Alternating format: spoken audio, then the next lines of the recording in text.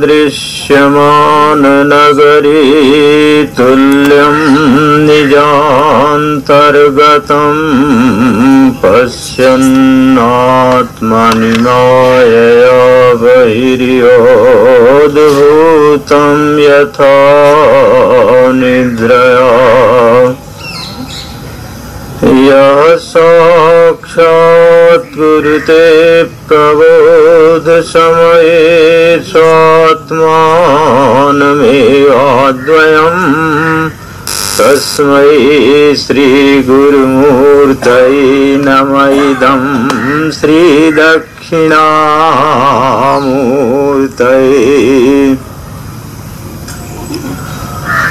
अखण्डमण्डलाकारं व्याप्तं येन चराचरं तत्पदं दर्शितं येन तस्मै श्रीगुरवे नमः। योऽन्तः प्रविश्य मम वाचमिमां प्रसुप्तां सञ्जीवयत्यखिलशक्तिधरस्वधाम्ना अन्यांश्च हस्तचरणश्रवणत्वगादीन् प्राणान् नमो भगवते पुरुषाय तुभ्यम् प्राणान् नमो भगवते पुरुषाय तुभ्यम्।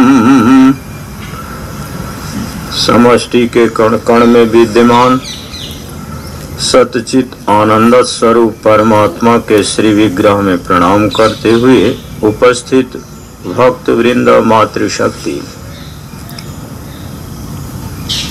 अहर्निश स्मरणीय श्री श्री माँ के महती अनुकंपा से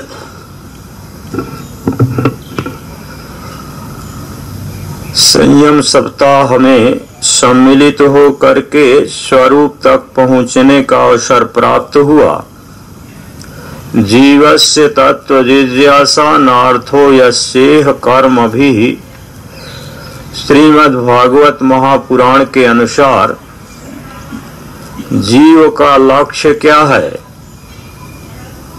मनुष्य योनि की उपयोगिता क्या है। भागवतकार व्यास जी कहते हैं जीवस्य तत्व जिज्ञासा नार्थो यस्येह कर्मभिः।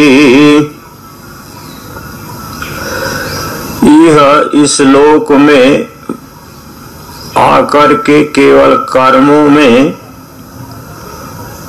समय को नष्ट करते रहना यह जीव का लक्ष्य नहीं है। जीव का लक्ष्य है तत्व की जिज्ञासा। पर जिस श्रुति को लेकर के, जिस उपनिषद को लेकर के सत्संग प्रारंभ हुआ, उस उपनिषद के प्रथम मंत्र में तो ऐसा व्याख्यान आया जिससे प्रतीत होता है कि कर्म की निस्सारता होने से कर्म का अपवाद ही होना चाहिए। कहीं ऐसा साधक के हृदय में प्रतिष्ठित नहीं हो जाए कि कर्म की निस्सारता होने से कर्म का अपवाद ही शास्त्र को इष्ट है। इसलिए श्रुति अगले मंत्र से उस कर्म की उपयोगिता का निरूपण करते हुए कर्म की आवश्यकता पर भी बल दे रही है। हरि ओम पूर्णमदः पूर्णमिदं पूर्णात् पूर्णमुदच्यते पूर्णस्य पूर्णमादाय पूर्णमेवावशिष्यते। ओम शांति शांति शांति। शंकरं शंकराचार्यं केशवं वादरायणं सूत्रभाष्य कृतौ वन्दे भगवन्तौ पुनः पुनः। ईश्वरो गुरुरात्मेति मूर्तिभेद विभागिने व्योमवद्व्याप्तदेहाय दक्षिणामूर्तये नमः। हरि ओम। ईशावास्यमिदं सर्वं यत्किंच जगत्यां जगत् तेन त्यक्तेन भुञ्जीता मा गृधः कस्यचित् धनम् कुर्वन्नेवेह कर्माणि जिजीविषेच्छतं क्षमाः।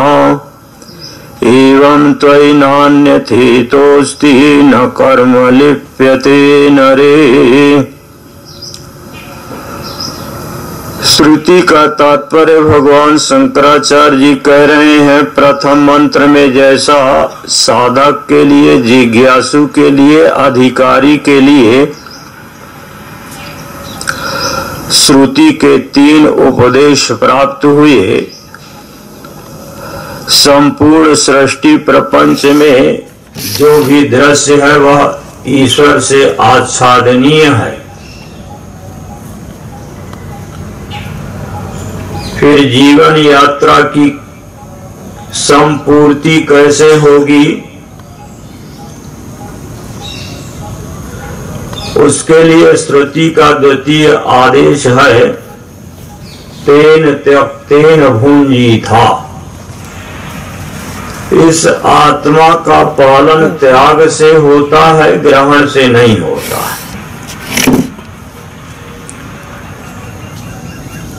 फिर कर्म नामक पुरुषार्थ की उपलब्धि कैसे होगी, उसके लिए तृतीय उपदेश श्रुति का प्राप्त हुआ, मां गृधा कस्यचित् धनम। धन की तो आकांक्षा ही, इच्छा ही त्याग देना चाहिए। जब श्रुति के इस प्रकार के आदेश सामने उपस्थित हुए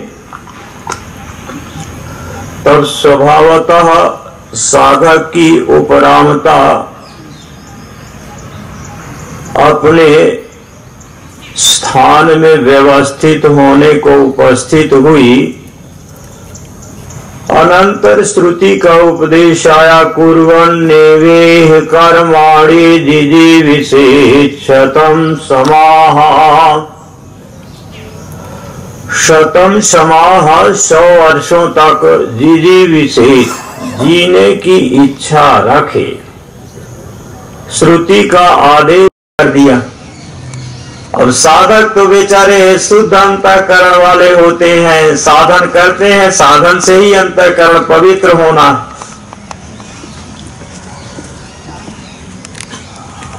किल्बिषं हि मनुष्याणाम् अन्नम् आश्रित्य तिष्ठति, यो हि यस्यान्नमश्नाति स तस्यास्नाति किल्बिषम्। अब जो भिक्षुक हो गया है वह तो दूसरे का अन्न ही खाएगा, अपना तो है नहीं ना। जो भिक्षुक हो गया वो तो दूसरे का अन्न ही खाएगा। और शास्त्र कहता है कि जो दूसरे का अन्न खाता है वह तो दूसरे के पाप खाता है, वो तो दूसरे के पाप खा रहा है। एक तरफ तो साधक साधन कर से अंतःकरण पवित्र हो रहा है, दूसरी तरफ भिक्षुक भिक्षा कर रहा है और भिक्षान्न में जहाँ से अन्न आया हुआ है उसके पापों को ग्रहण कर रहा है। तो अंतःकरण की स्थिति क्या हुई? इसलिए शास्त्र में जो जिसके लिए विधि आई हुई है वही उसका अधिकारी है। सारे नियम सभी पर नहीं लागू होते हैं। शास्त्र तो पर्जन्यवत है, बादल के तरह, मेघ की तरह वर्षा करता है, पर अधिकारी विशेष में शास्त्र का नियम लागू होता है। हर किसी के लिए हर बात नहीं है। जिजीविषेत् शतम् क्षमा। इसलिए श्रुति ने कहा पूरे 100 वर्ष का सदुपयोग आपको करना चाहिए। और श्रुति ने तो उसकी व्यवस्था भी दिया, ब्रह्मचर्य, गृहस्थ, वानप्रस्थ, संन्यास।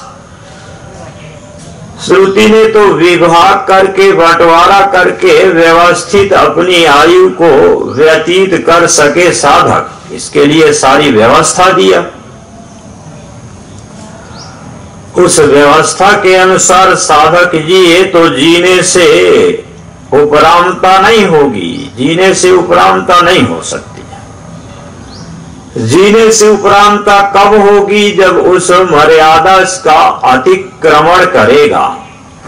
जितना भोजन की जरूरत है, जितनी भूख है, उतना ही भोजन किया तो उससे उपरामता की संभावना ही नहीं।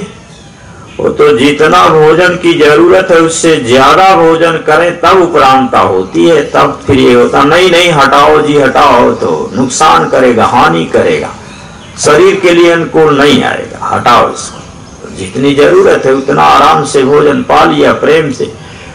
तो भोजन के प्रति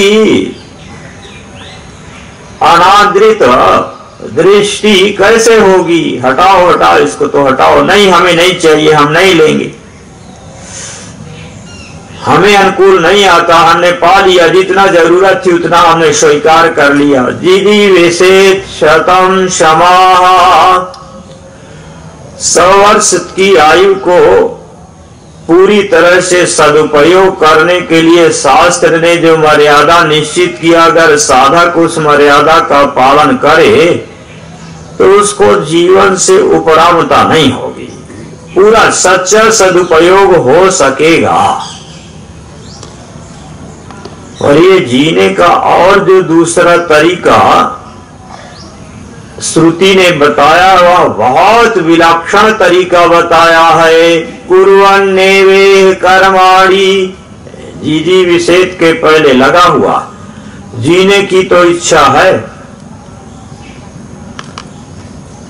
पर जीने की इच्छा कर्म करते हुए जीने की इच्छा नहीं। आनंद से, मस्ती से रहते हुए, कुछ करने की इच्छा नहीं करते हुए, सुख सुविधाओं में रहते हुए जीने की इच्छा है। सारी सुख सुविधाएं हो, सारे विषय भोग उपस्थित हो, शरीर में कहीं भी किसी प्रकार की कोई न्यूनता दिखे तो डॉक्टर वैद्य आदि पास में ही उपस्थित हो, ज्यादा दूर नहीं जाना पड़े। ऐसा नहीं यहाँ बैठे हुए हैं भीमपुरा में और चल करके बड़ौदा जाना पड़े, अहमदाबाद जाना पड़े, नहीं पड़े। ऐसी बढ़िया सुविधा कहाँ मिलेगी? और अहमदाबाद बड़ौदा में ऐसी बढ़िया सुविधा रखी हुई जैसी यहाँ इतना स्वच्छ जल, स्वच्छ वायु, स्वच्छ वातावरण, ऐसा तो वहां नहीं मिलने वाला। ऐसा तो बिल्कुल वहां मिलने वाला नहीं। और आपको जरूरत हो तो आप अपने एसी आदि की भी व्यवस्था कर ही सकते हैं। और कहीं बीपी बढ़ गया तो क्या होगा, अटैक आया तो क्या होगा? जिजीविषेत् शतम् क्षमा। 100 वर्ष तक जीने की इच्छा रखे, पर क्या नियम क्या रखे? बोले कुर्वन् एव कर्माणि जिजीविषेत्। कुर्वन् एव कर्माणि, जब तक उसकी जीने की इच्छा है तब तक कर्म करने की इच्छा भी होना ही चाहिए। तब तक उसको कर्म भी करते ही रहना चाहिए। कर्म करते हुए ही जीने की इच्छा रखे। फिर क्या होगा? फिर तो बीमारी की स्मृति नहीं आएगी ना। फिर बीमारी की स्मृति कैसे आएगी? तो नहीं आ सकती। फिर अस्वस्थ हो जाएंगे, बीमार हो जाएंगे तो क्या होगा? तो स्मृति ही नहीं आएगी। स्मृति तो वहां रहेगी कि अभी तो हमें इतने हजार जप करना है। गुरु जी ने बता रखा है कि जब तक इतने 12,000 जप नहीं हो जाए तब तक जल आदि कुछ ग्रहण मत करना। एक सन्यासी थे जी, पूरा हो गया शरीर।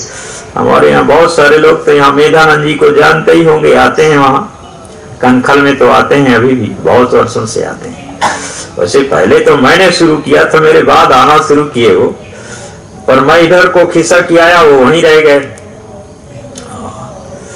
उनके पिताजी थे जी, पिताजी उन्होंने पहले संन्यास लिया, मेधानंद जी ने पहले संन्यास लिया। पिताजी कोई सर्विस करते थे, बड़ी अच्छी जगह पे थे, तो बार बार कहते थे क्या करें क्या करें। एक दो बार तो दशा मंडलेश्वर जी के पास में आए भी, उन्होंने कहा भाई सर्विस करते रहो, अभी बच्चे हैं, उनको जरूरत है। जैसे ही सर्विस पूरी हुई वैसे उन्होंने कहा कि अब तो हम संन्यास लेंगे। संन्यास ले लिया। अब गुरु तो सबको उपदेश करते हैं, कोई उन्हीं को थोड़े। जितने शिष्य बनाते हैं सभी को मंत्र देते ही हैं और कहते ही हैं। इतना तो मंत्र का जप रोज होना ही चाहिए। इतना पहले मंत्र का जप कर लेना सन्यासी के लिए भी है, विधि प्रणव की है। इतना जप कर ले तब फिर वो कुछ भिक्षा आदि ग्रहण करे। अब वो तो कुर्वन्नेवे कर्माणि जिजीव से क्षतम समाहा, वो तो उस विधि की मर्यादा की सारी मर्यादाओं को पालन करके आए हुए थे ना। जो सीमा जैसे शास्त्र निश्चय किया, ब्रह्मचर्य, गृहस्थ, वानप्रस्थ, संन्यास, तो 60 वर्ष के बाद जब रिटायर हुए, शायद और भी सरकार ने उनको फिर से ले लिया था, तो 60-65 तो वैसे हो गए। 1-2 साल तो और भी लग जाते हैं पेंशन आदि और ठीक ठाक करने में, सब व्यवस्थित करने में। तो 65-70 के आसपास आए थे, तो चतुर्थ में तो पहुंच ही गए थे। उन्होंने कहा कि देखो हमारे गुरु जी ने जैसे कहा हम तो वैसे ही रहेंगे, उतना ही पालन करेंगे, बिना उतना पालन किए हम दूसरा काम नहीं करेंगे। अब वहां तो बड़ा नाटक जी, रोज उत्सव रोज उत्सव। निर्वाण तिथि होगी किसी का, वो भी उत्सव मनाया जाएगा।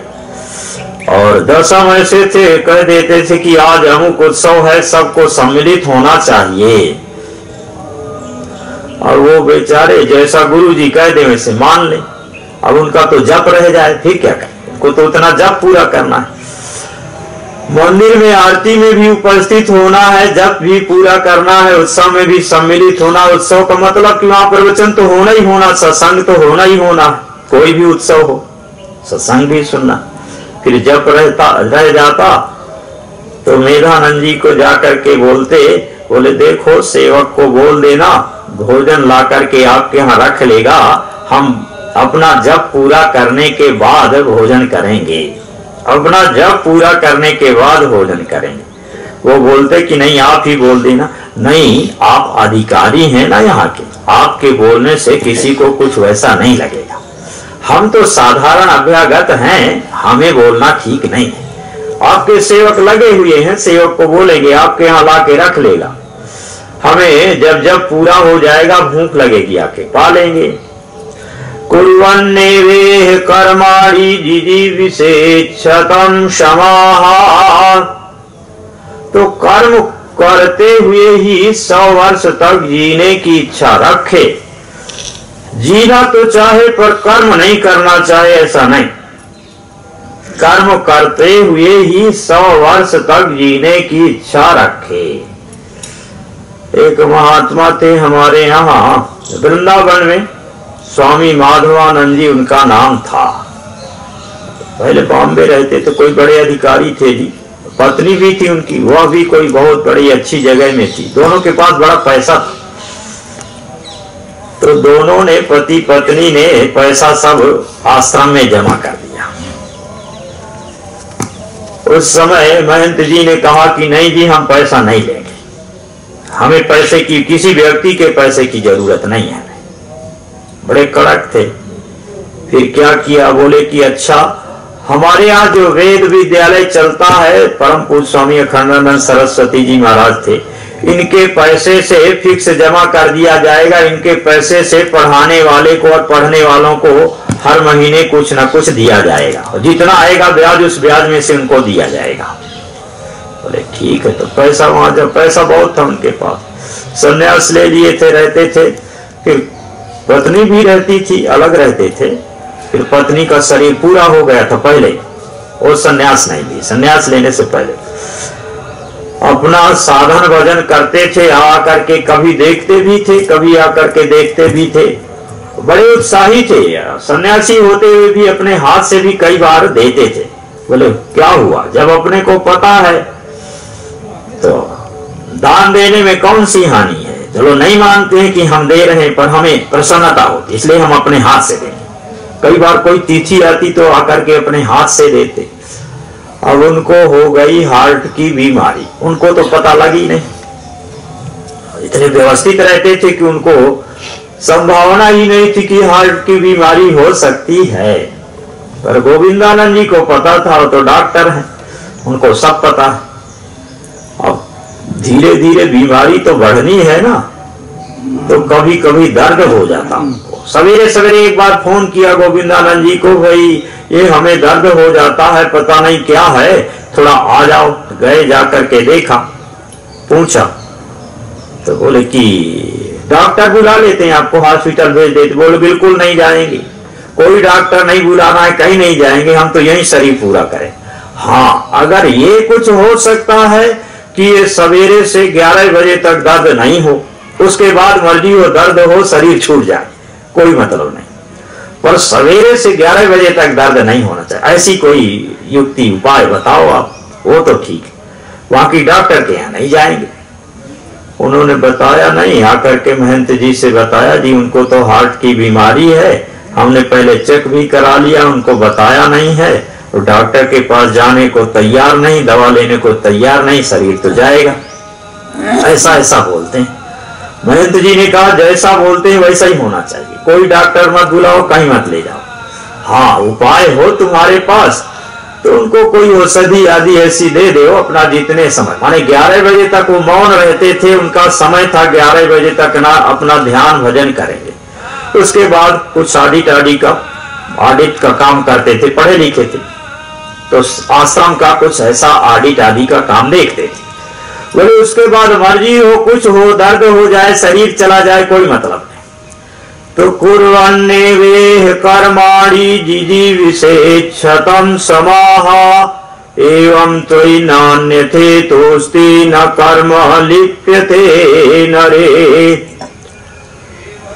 श्रुति ने कहा कि कर्म करते हुए ही 100 वर्षों तक जीने की इच्छा रखो, एवं त्वयि नान्यथे तोस्ति, इससे अतिरिक्त और दूसरा आपके लिए कोई उपाय नहीं है।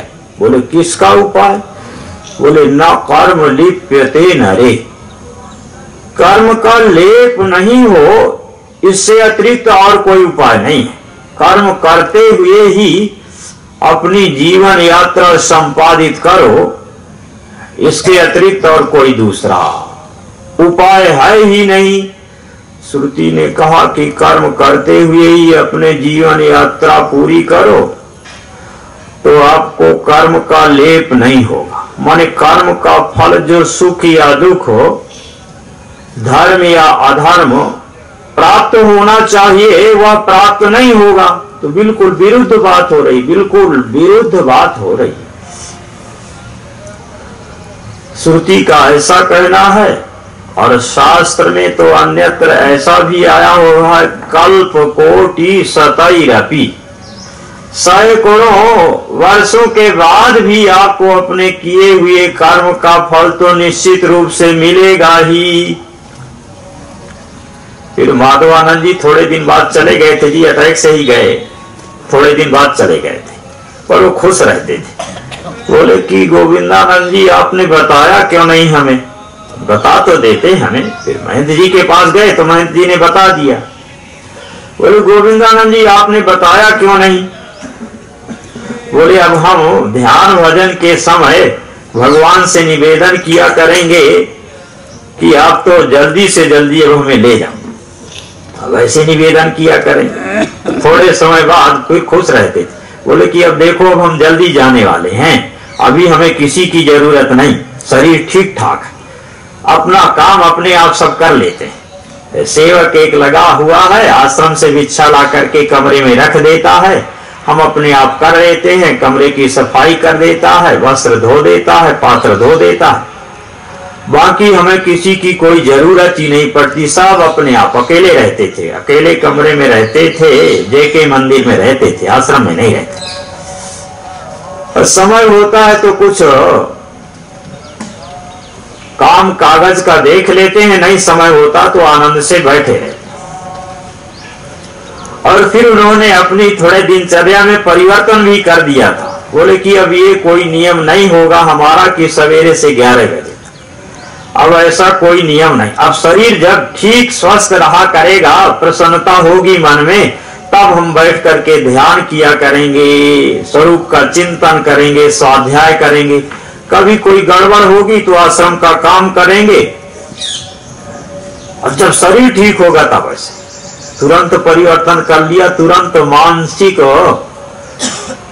सुधार कर लिया, अपने मन की ऐसी वृत्ति बना लिया, बिल्कुल चलने की तैयारी, बिल्कुल चलने की तैयारी।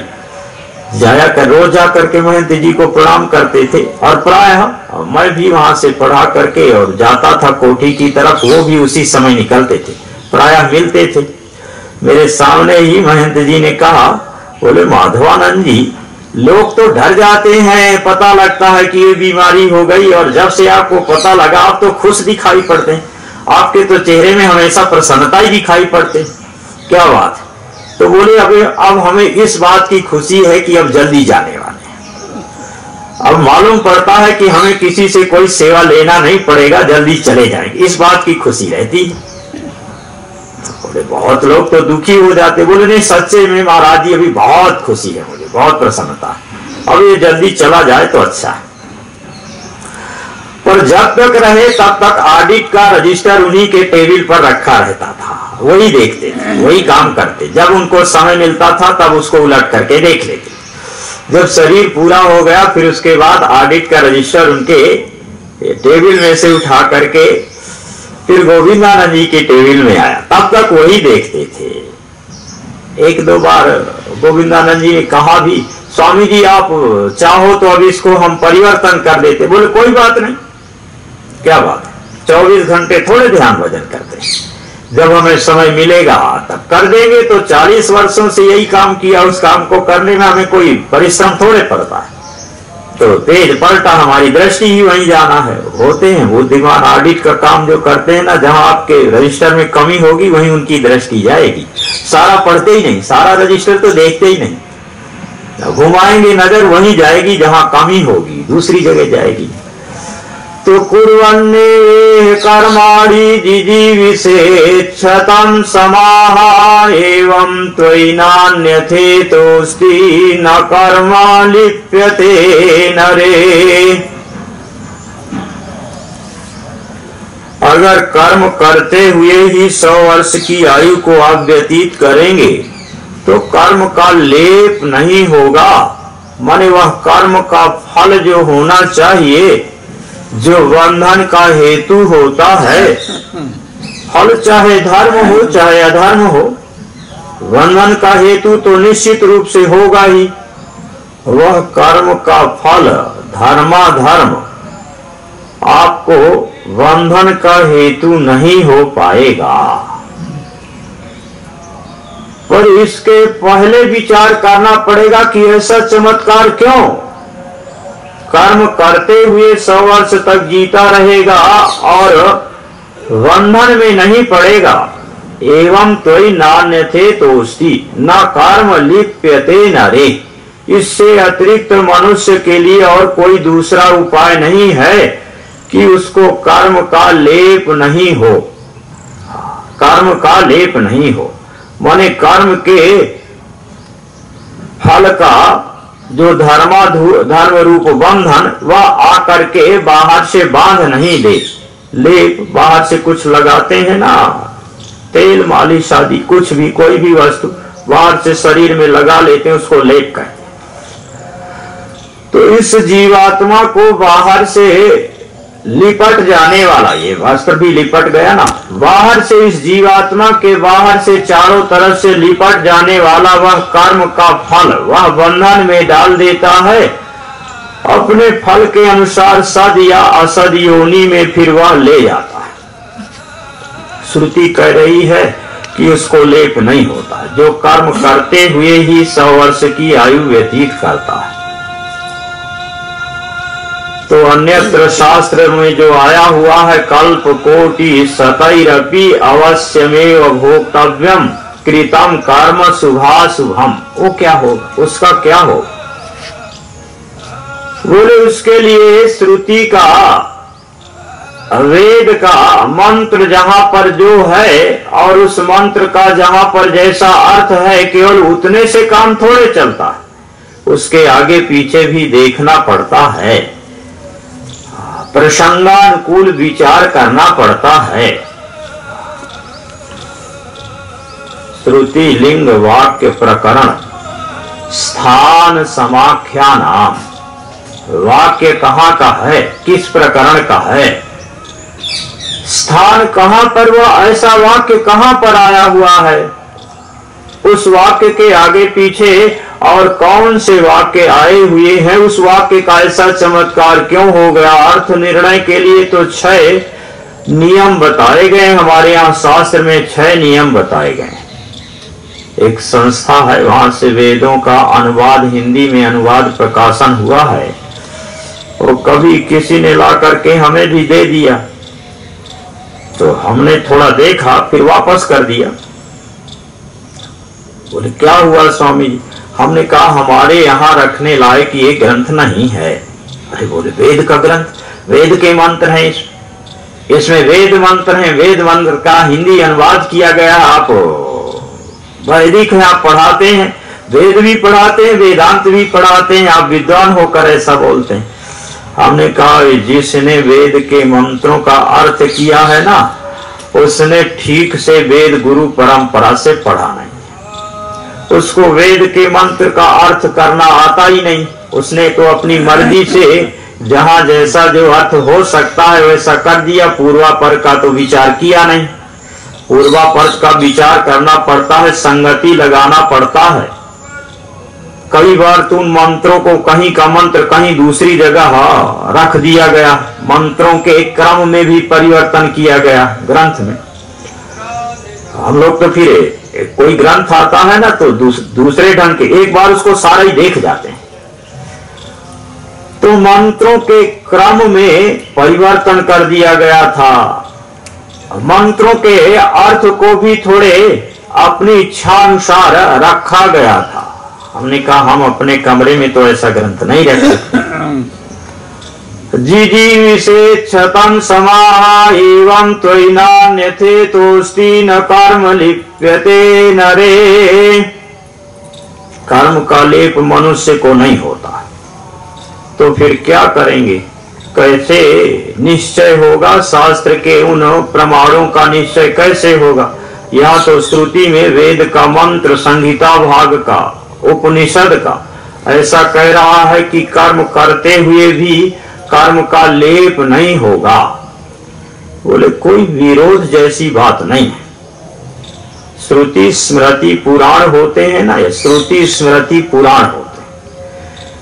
जो श्रुति में बात कही गई है, अगर वह श्रुति से बात को समझने में साधक अशक्य होता है तो स्मृति उसका व्याख्यान कर, कहीं स्मृति से भी रह गया तो पुराण उसका व्याख्यान कर देता। स्मृति ने केवल व्याख्यान किया, दृष्टांत नहीं दिया, तो पुराण उसका दृष्टांत दे देता। बहुत सारी स्मृतियां ऐसी हैं, बहुत सारी श्रुतियां ऐसी हैं। तो बोले कि कैसे व्याख्यान हुआ, कहां पर व्याख्यान हुआ? बोले सुख दुखे समय कृत्वा लाभा लाभौ जया जयौ ततो युद्धाय युज्यस्य नैवं पापमवाप्स्यसि। तो स्मृति हो गई ना, श्रीमद् भगवद गीता का श्लोक है, 2 अध्याय का, 2 अध्याय का श्रीमद् भगवद गीता का श्लोक है। भगवान श्री कृष्ण ने अर्जुन को उपदेश दिया। अर्जुन बड़ा दुखी हो रहा था जी, बहुत दुखी हो रहा था। शंकरो नरकायैवा कुलघ्नानां कुलस्य च। ये तो सब मर जाएंगे, मैं बाणों का प्रहार शुरू करूंगा, सारे के सारे मर जाएंगे, इतने हजारों सैनिक मरेंगे।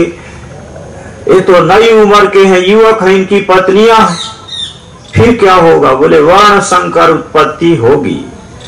फिर क्या होगा? बोले शंकरो नरकायैव कुलघ्नानां कुलस्य च।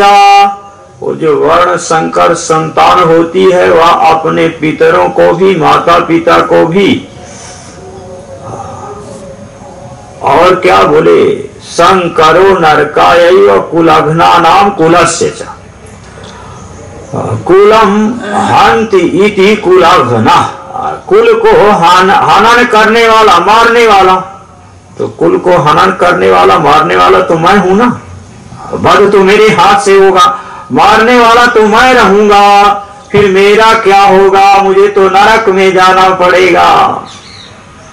बड़ा मुश्किल जी। 2 अध्याय तो पढ़ा होगा ना आप लोगों ने। है भी, गीता शुरू करेंगे तो सबसे पहले 2 अध्याय में ही तो प्रवेश करना पड़ेगा।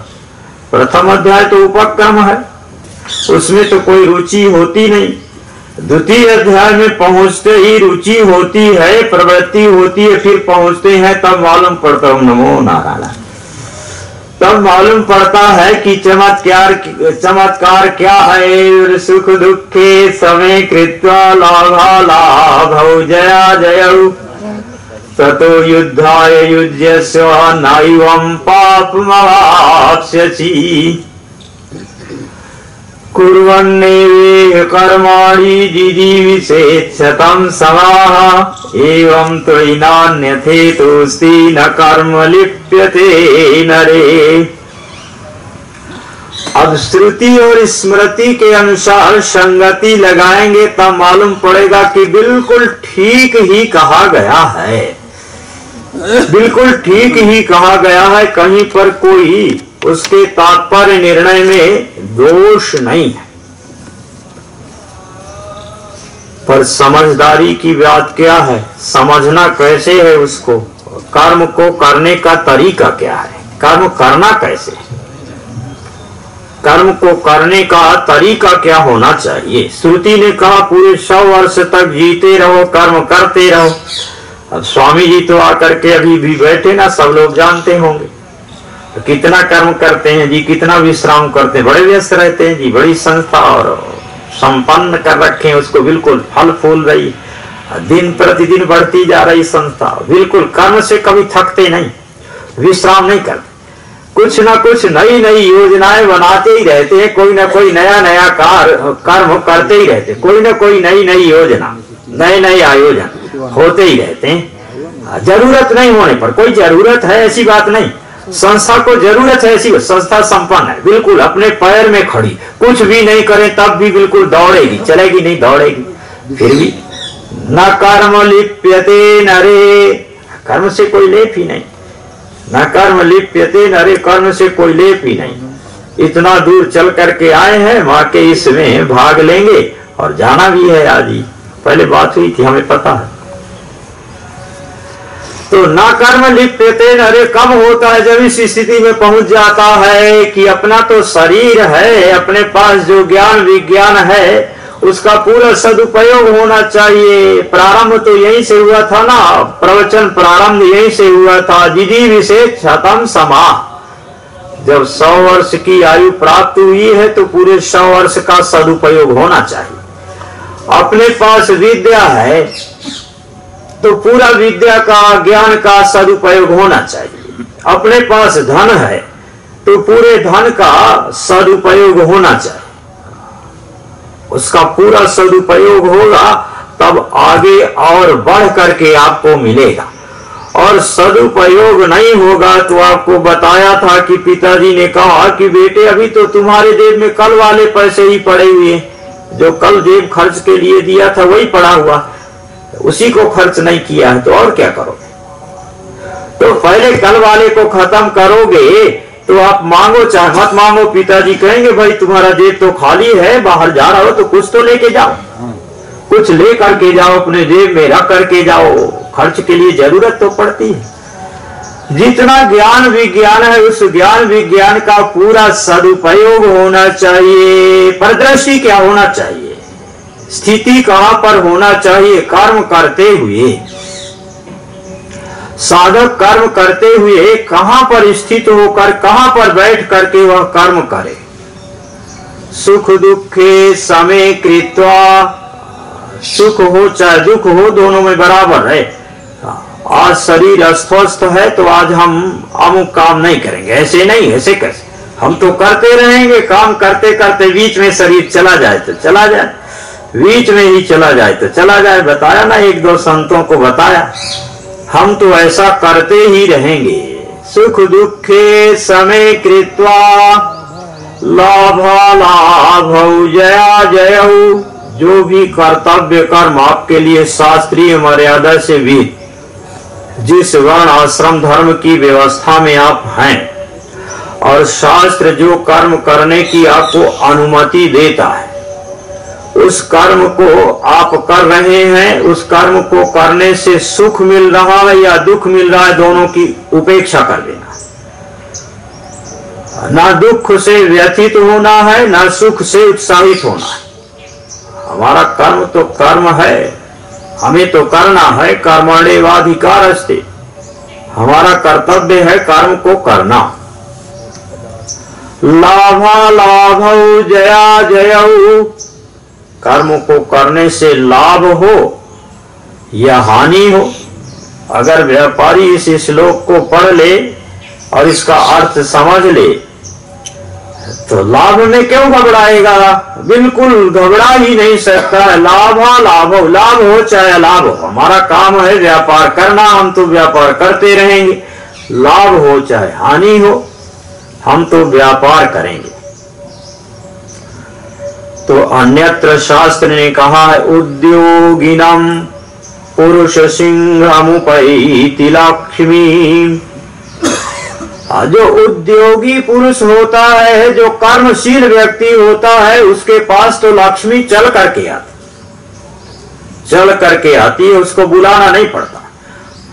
कब तक लक्ष्मी दूर बैठी रहेगी? जब दिन रात आपको परिश्रम करना है, कर्म करते ही रहना है, तो एक ना एक दिन तो लक्ष्मी को आना ही पड़ेगा ना। एक ना एक दिन तो चल करके आना पड़ेगा। लाभा लाभ जया जय, लाभ हो कर्म करते समय चाहे हानि हो। आप तो अपने लिए शास्त्रीय मर्यादा में विहित जो कर्तव्य कर्म है उसको कर रहे हैं, उससे चाहे प्रशंसा हो रही हो चाहे निंदा हो रही। लाभा लाभो जया जय, ऐसे भी तो कर्म हो सकते हैं जिनसे लाभ हानि वाली कोई बात ही नहीं। तो फिर वह किस रूप में होगा? प्रशंसा या निंदा के रूप में होगा।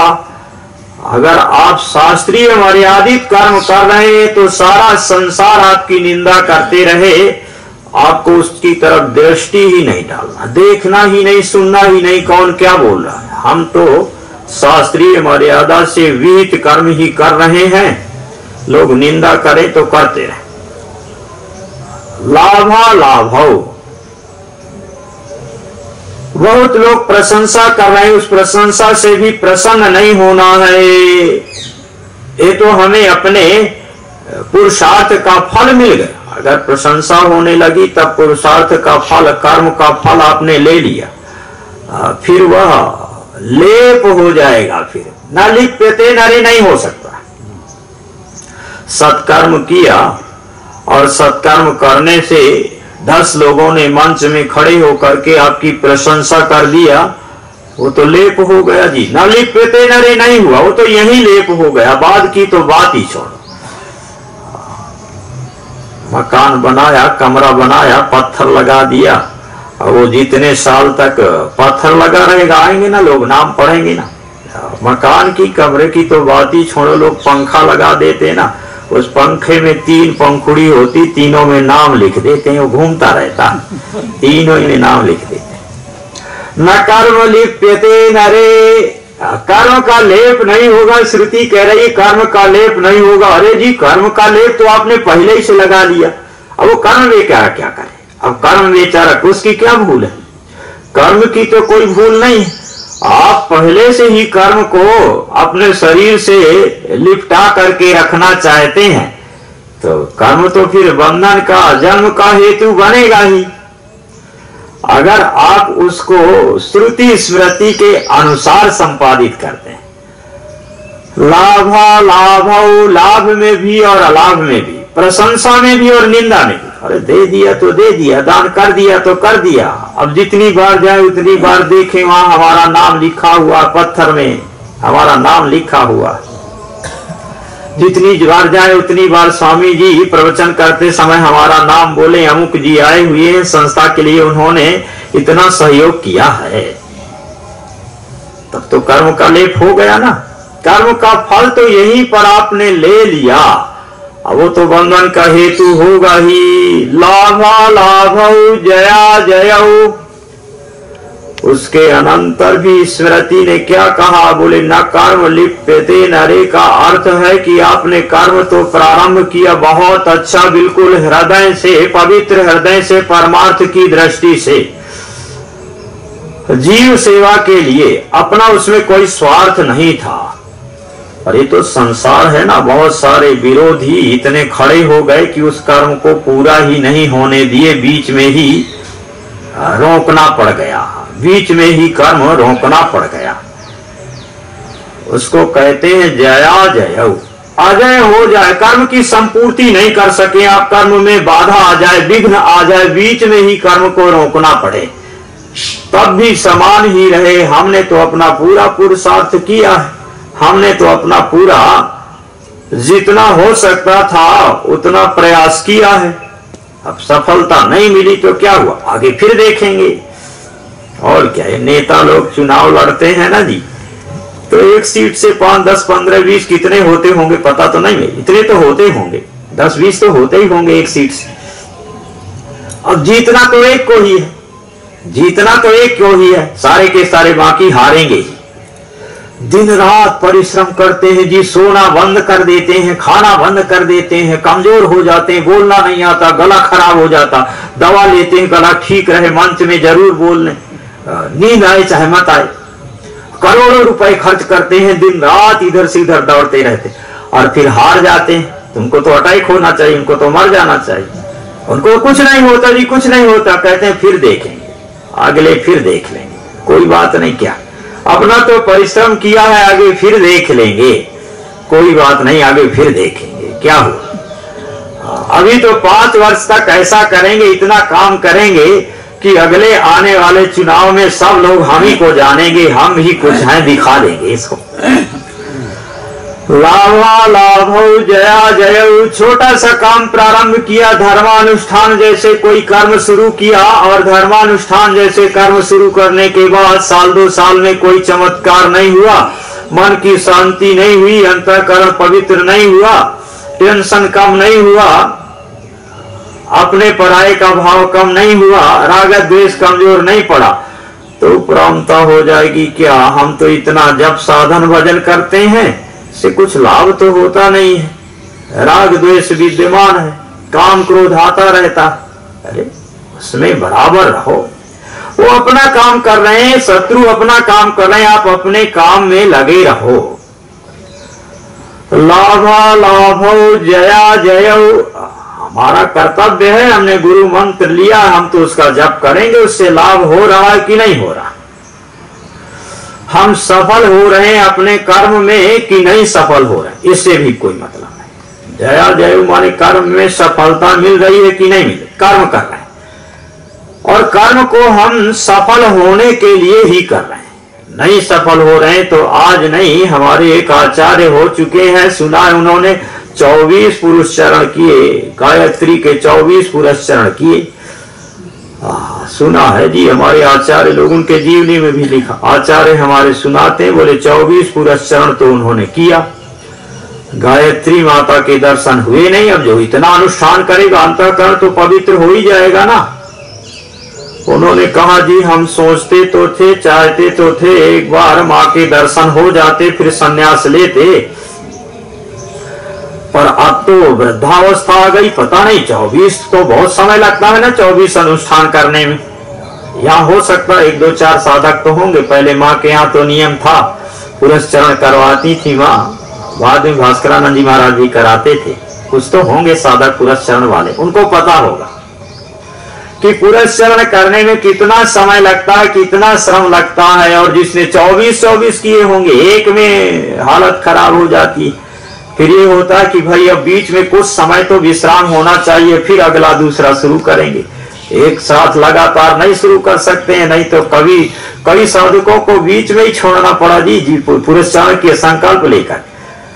फिर जिन्होंने कहा, गुरु जी ने कह दिया अच्छा तुम्हारा शरीर ठीक नहीं है, अभी शायद बाहर चले गए प्रदीप जी, बीच में छोड़ना पड़ा था उनको अनुष्ठान, वहां जो कनखल में थी व्यवस्था। तो जिसने 24 पुरस्कार किए होंगे उसकी क्या स्थिति होगी? बोले पता नहीं, शरीर कहीं चला जाए, सन्यास की विधि है, सन्यास ले लेते हैं, सन्यास ले लेते हैं, अब ये सब छोड़ देते हैं। तो सुनते हैं जब सन्यास ले लिया तब भगवती गायत्री सामने प्रकट हो गई। जब प्रकट हो गई तो उन्होंने कहा कि अब कैसे आ गए? बोले कि कुछ शेष था, थोड़ा सा शेष था, वो थोड़ा सा जो शेष था कलमश, जिसके कारण मेरा प्रत्यक्ष नहीं होता था। कलमश होता है, दोष होता है, पाप होता है।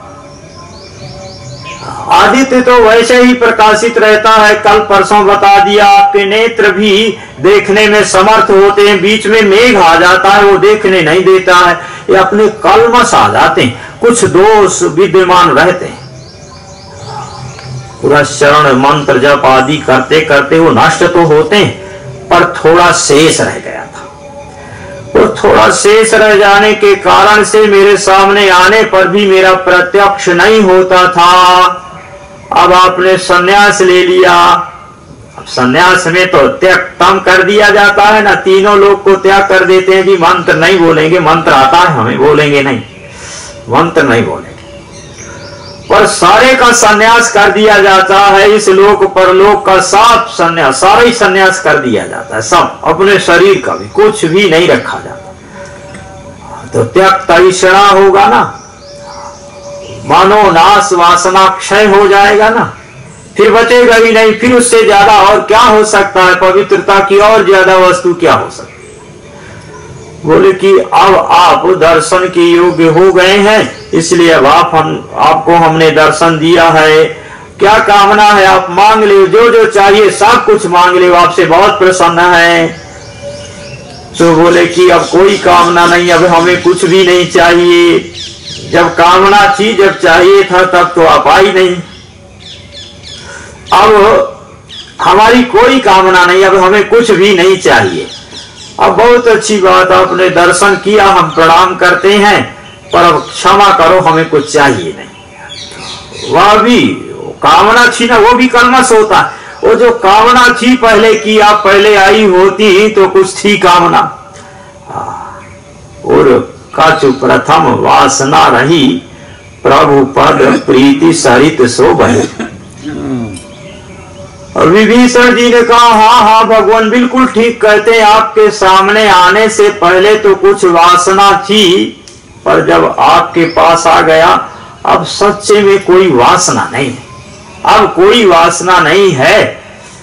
अब तो आपके दर्शन हो गए और कृत्य हो गया। भगवान ने कहा जो पहले वासना थी उसको हम पहले पूरा करेंगे, जो पहले वासना थी उसको पहले पूरा कर देंगे।